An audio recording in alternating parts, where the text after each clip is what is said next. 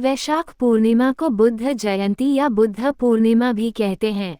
पूर्णिमा के दिन ही भगवान गौतम बुद्ध का महापरिनिर्वाण समारोह भी मनाया जाता है। भगवान बुद्ध का जन्म, ज्ञान प्राप्ति और महापरिनिर्वाण ये तीनों एक ही दिन अर्थात वैशाख पूर्णिमा के दिन ही हुए थे। बौद्ध धर्म के अनुयायियों के लिए बुद्ध पूर्णिमा सबसे बड़ा त्योहार का दिन होता है। गौतम बुद्ध के अनुयायी को मानना है कि उनके कहे गए वचन मन को शांति देते हैं। इस मौके पर आप भी पढ़ें गौतम बुद्ध के विचार, बुद्धा कोट्स और जीवन को दे सही मार्ग। गौतम बुद्ध के विचार अपनाने से हम जीवन को सफल बना सकते हैं। बुद्ध के विचार। गौतम बुद्ध के विचार बहुत महत्व रखते हैं। सफलता पाने और अच्छी जिंदगी जीने के लिए महात्मा बुद्ध के ये विचार बहुत काम आते हैं। अगर कोई निराश व्यक्ति भी एक बार इन विचारों को पढ़ ले तो अपने जीवन में कामयाबी और सफलता का हाथ थाम लेगा। अहिंसा से मानवता को नई राह दिखाने वाले गौतम बुद्ध के विचारों को यहाँ पढ़ें। करना मन को शांत करने पर समस्त मुश्किलों का हल निकल आता है। तुम अपने क्रोध के लिए दंड नहीं पाओगे, तुम अपने क्रोध के द्वारा दंड पाओगे। जिसने अपने मन को वश में कर लिया, उसकी जीत को देवता भी हार में नहीं बदल सकते हैं। बुराई अवश्य रहनी चाहिए, तभी तो अच्छाई उसके ऊपर अपनी पवित्रता साबित कर सकती है। इस पूरी दुनिया में इतना अंधकार नहीं है कि वो एक छोटी सी मोमबत्ती का प्रकाश बुझा सके। आप पूरे ब्रह्मांड में कहीं भी ऐसे व्यक्ति को खोज ले जो आपको आपसे ज्यादा प्यार करता हो, आप पाएंगे कि जितना प्यार आप खुद से कर सकते हैं उतना कोई आपसे नहीं कर सकता। आपके पास जो कुछ भी है उसे बड़ा चढ़ा कर मत बताए और न ही दूसरों से ईर्ष्या कीजिए। जो दूसरों से ईर्ष्या करता है उसे मन की शांति नहीं मिलती। एक जलते हुए दीपक मोमबत्ती से हजारों दीपक रोशन किए जा सकते हैं, फिर भी उस दीपक की रोशनी कम नहीं होती। उसी तरह खुशियां बांटने से बढ़ती है, कम नहीं होती। सत्य और अहिंसा को अपने जीवन का आधार मानने वाले और बौद्ध धर्म के प्रवर्तक गौतम बुद्ध ने लोगों को सत्य के मार्ग पर चलने की शिक्षा दी। महात्मा बुद्ध का उपदेश मानव जाति के हित के लिए था। उन्होंने अपना पहला उपदेश सारनाथ में दिया तथा वहां 5 मित्रों को अपना अनुयायी बनाया तथा उन्हें भी धर्म के प्रचार के लिए भेज दिया। महात्मा बुद्ध ने अहिंसा का समर्थन किया, पशु हत्या का विरोध भी किया। भगवान बुद्ध के उपदेश आज के समय में भी बहुत प्रासंगिक हैं। गौतम बुद्ध के कुछ उपदेश इस प्रकार है। -1 वर्तमान को बताया मनुष्य की खुशी का रास्ता। गौतम बुद्ध ने अपने उपदेशों में कहा है कि मनुष्य को अपने भूलकाल अर्थात अपने बीते कल के बारे में नहीं सोचना चाहिए और न ही भविष्य की चिंता करनी चाहिए, बल्कि मनुष्य को अपने आज यानी कि वर्तमान को सुनहरा बनाने के लिए सोचना चाहिए, तभी वे अपने जीवन में सुखी रह सकते हैं। 2 क्रोध है मनुष्य का सबसे बड़ा शत्रु। महात्मा बुद्ध के मुताबिक क्रोध मनुष्य का सबसे बड़ा शत्रु होता है, क्योंकि जिस इंसान को अपने गुस्से पर नियंत्रण नहीं होता, वो कई बार ऐसे फैसले ले लेता है जिसका सबसे ज्यादा नुकसान उसको ही होता है। इसलिए मनुष्य को अपने क्रोध पर काबू करना चाहिए। 3 संदेह और शक की आदत सबसे ज्यादा भयानक। गौतम बुद्ध जी ने कहा है कि संदेह और शक की आदत सबसे ज्यादा खतरनाक एवं भयानक होती है। इससे बुरा कुछ और नहीं होता, क्योंकि अगर किसी के मन में शक पैदा हो जाए तो चाहकर भी इसे दूर नहीं किया जा सकता है और इसका सीधा असर रिश्तों पर पड़ता है। इसलिए मनुष्य को शक या संदेह नहीं करना चाहिए। 4 खुद पर जीत प्राप्त करना है जरूरी। महात्मा बुद्ध ने अपने इस उपदेश में बताया कि मनुष्य चाहे हजारों लड़ाइयाँ ही क्यों न लड़ ले, लेकिन जब तक वह खुद पर जीत हासिल नहीं करता तब तक उसकी सारी जीत बेकार है। इसलिए खुद पर विजय प्राप्त करना ही मनुष्य की असली जीत है। 5 सूर्य, चंद्र और सच कभी नहीं छिपते। गौतम बुद्ध ने कहा कि सूर्य, चंद्र और सच कभी नहीं छिपा सकते हैं, इसीलिए सदैव सत्य की ही राह पर चलना चाहिए। 6 लक्ष्य को पाने से अच्छा है उसकी यात्रा अच्छी होनी चाहिए। गौतम बुद्ध ने अपने उपदेश में कहा है कि मनुष्य को अपने मंजिल की प्राप्ति हो या न हो, लेकिन मंजिल के दौरान की जाने वाली यात्रा अच्छी होना चाहिए। 7 बुराई को सिर्फ प्रेम से ही जीता जा सकता है। गौतम बुद्ध ने अपने उपदेश में कहा कि बुराई को कभी बुराई से खत्म नहीं किया जा सकता है, बल्कि इसे सिर्फ प्रेम से ही जीता जा सकता है। 8 खुशियाँ को जितनी बांटोगे उतनी ही बढ़ेगी। महात्मा बुद्ध कहते हैं कि जिस तरह एक जलता हुआ दीपक हजारों दीपक जलाकर प्रकाश फैला सकता है और उसकी रोशनी कम नहीं होती, उसी तरह खुशियाँ भी सबसे साथ बांटने से बढ़ती हैं। महात्मा बुद्ध ने मानव जीवन के दुखों को दूर करने के लिए अपने कर्मों के प्रति विवेकपूर्ण ढंग से सजग रहने की भी शिक्षा दी है। गौतम बुद्ध ने निर्वाण प्राप्ति को सरल बनाने के लिए निम्न 10 शीलों पर बल दिया है। उनके इसी विचारों का प्रचार प्रसार किया जाता है। अनमोल वचन। गौतम बुद्ध ने अपनी शिक्षाओं से कई युवाओं को प्रेरित किया और सत्य के मार्ग पर चलना सिखाया। भारत समेत चाइना, जापान, श्रीलंका जैसे देशों में भी भगवान बुद्ध की उपासना की जाती है। गौतम बुद्ध द्वारा कही गई बातें हमें सही तरीके से जीवन जीने के लिए प्रेरित करती है। अगर आप भी सत्य का मार्ग अपना कर सद्बुद्धि से जीवन जीना चाहते हैं तो यहाँ पढ़े गौतम बुद्धा कोट्स। घृणा करने से कम नहीं होती है बल्कि प्रेम करने से होती है। यही शाश्वत नियम है। मैं कभी नहीं देखता कि क्या किया जा चुका है, मैं हमेशा देखता हूँ कि क्या किया जाना बाकी है। हम जो कुछ भी हैं वो हमने आज तक क्या सोचा इस बात का परिणाम है। यदि कोई व्यक्ति बुरी सोच के साथ बोलता या काम करता है तो उसे कष्ट ही मिलता है। यदि कोई व्यक्ति शुद्ध विचारों के साथ बोलता या काम करता है तो उसकी परछाई की तरह खुशी उसका साथ कभी नहीं छोड़ती। क्रोध को पाले रखना गर्म कोयले को किसी और पर फेंकने की नीयत से पके रहने के समान है, इसमें आप ही जलते हैं। किसी जानवर की अपेक्षा एक कपटी और दुष्ट मित्र से ज्यादा डरना चाहिए। जानवर तो बस आपके शरीर को नुकसान पहुंचा सकता है, पर बुरा मित्र आपकी बुद्धि को नुकसान पहुंचा सकता है। क्रोधित रहना किसी और पर फेंकने के इरादे से एक गर्म कोयला अपने हाथ में रखने की तरह है जो तुम्ही को जलती है। हमने महात्मा बुद्ध के जीवन से जुड़े महत्वपूर्ण पर एक संपूर्ण पोस्ट लिखा है। यहाँ पर 8 बौद्ध धर्म के उपदेश के बारे में जानेंगे, जिसमें से एक एक विचार जीवन को बदल देने वाला है। बौद्ध धर्म के 8 उपदेश। वर्तमान ही खुशी का रास्ता है। महात्मा बुद्ध ने 6 साल तक घोर तपस्या की, केवल ये जानने के लिए कि असली खुशी क्या है, दुख का कारण क्या है। महात्मा बुद्धा की तपस्या का निचोड़ का कटु सत्य है कि मनुष्य की इच्छा ही सबसे बड़ा दुख का कारण है। मनुष्य अपने भविष्य और भूत की घटनाओं की कल्पना में ही जीता है, जबकि उसको वर्तमान की उपलब्धि की खुशी मनानी चाहिए। मनुष्य का सबसे बड़ा शत्रु क्रोध है। क्रोध को लेकर महात्मा बुद्ध का एक महत्वपूर्ण मनुष्य कभी अपने क्रोध के कारण से दंडित नहीं होता, बल्कि वह अपने क्रोध से ही दंडित हो जाता है। हम किसी पर क्रोध करके किसी और का नहीं बल्कि खुद का ही नुकसान कर रहे हैं। इसलिए मनुष्य का सबसे बड़ा शत्रु क्रोध है। संदेह और शक की आदत सबसे भयानक होती है। हमारा दिमाग और चित्त सबसे शांत उस अवस्था में होता है जब दिमाग के अंदर विचारों का घेरा बहुत कम हो। हमारा दिमाग हरदम कुछ न कुछ सोचता रहता है, कुछ न कुछ नए नए विचारों को जन्म देता रहता है। ये और कुछ नहीं, हमारे शक और संदेह ही हैं जिनको सुझाने के लिए हमारा दिमाग उनके उत्तर की तलाश में इधर उधर भटकता है।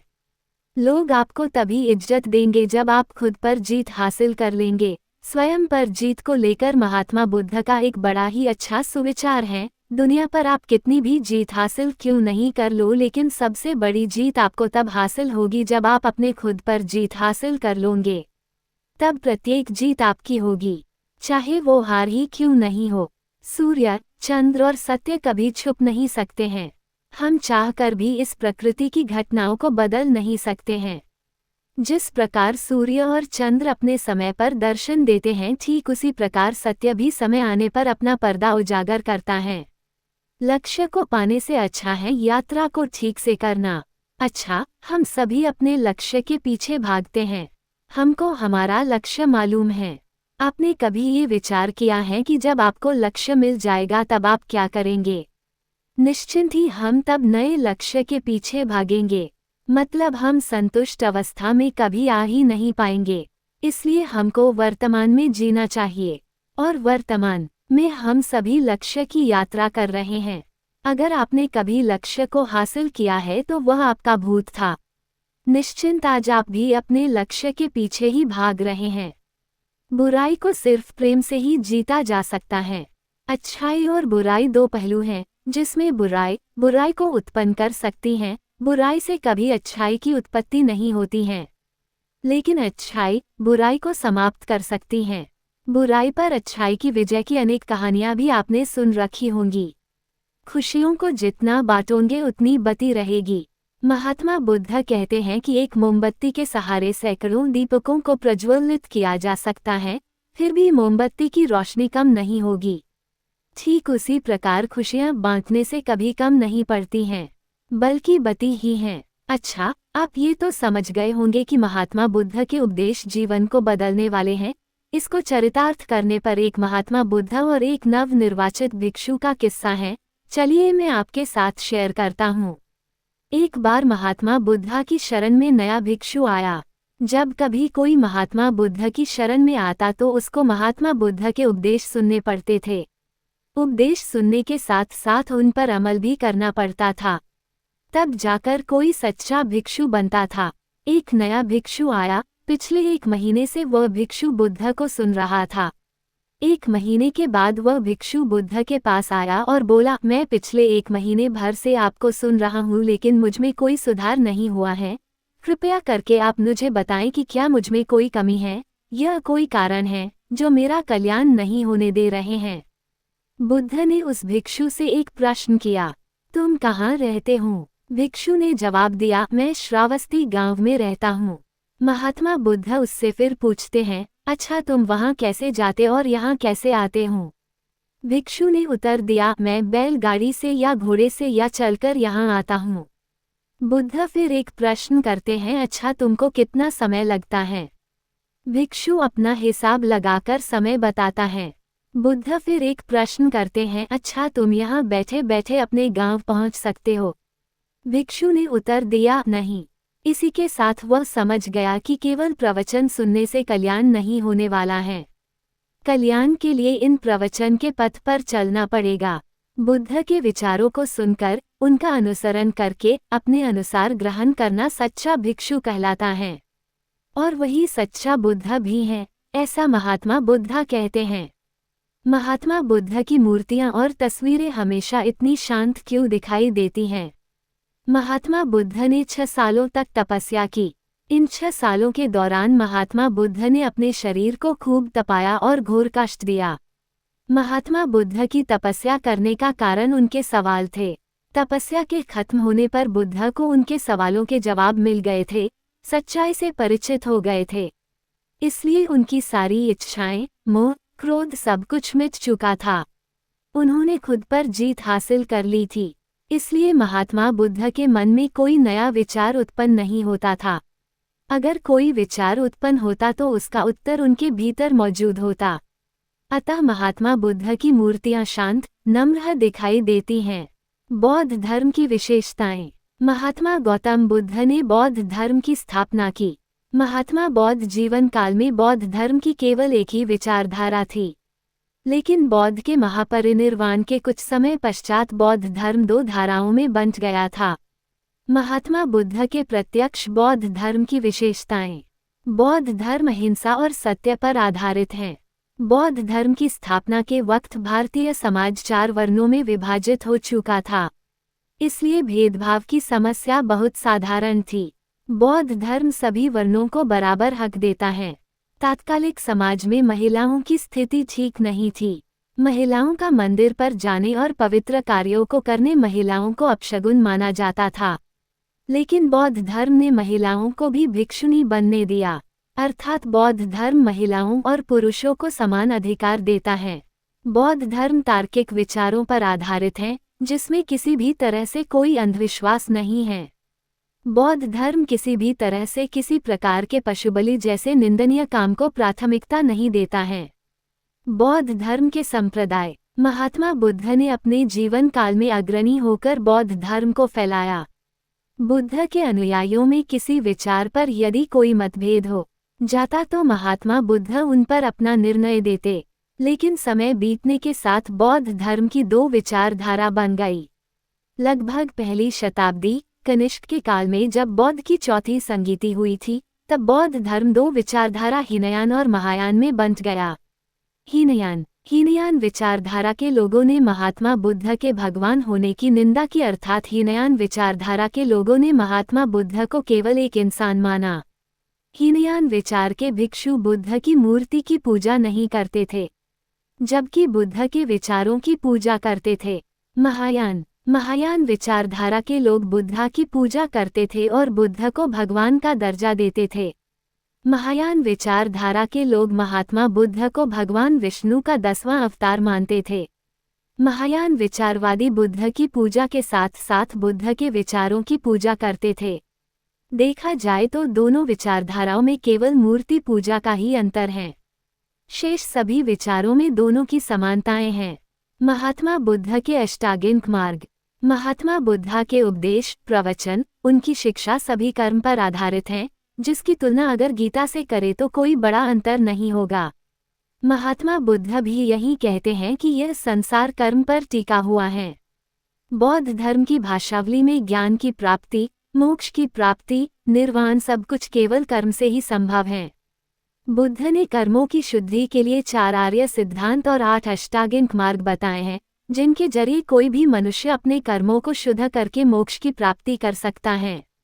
इस संसार में दुख का कारण इच्छा है और बौद्ध धर्म इच्छाओं को नियंत्रित करना ही सिखाता है। महात्मा बुद्ध के द्वारा बताए गए अष्टांगिक मार्ग निम्न हैं। यहाँ पर सम्यक का अर्थ है उचित। सम्यक दृष्टि। हमारी 5 इंद्रियों में आँख भी एक है। इंद्रियों के जरिए हमको बाहरी वस्तुओं का आभास होता है।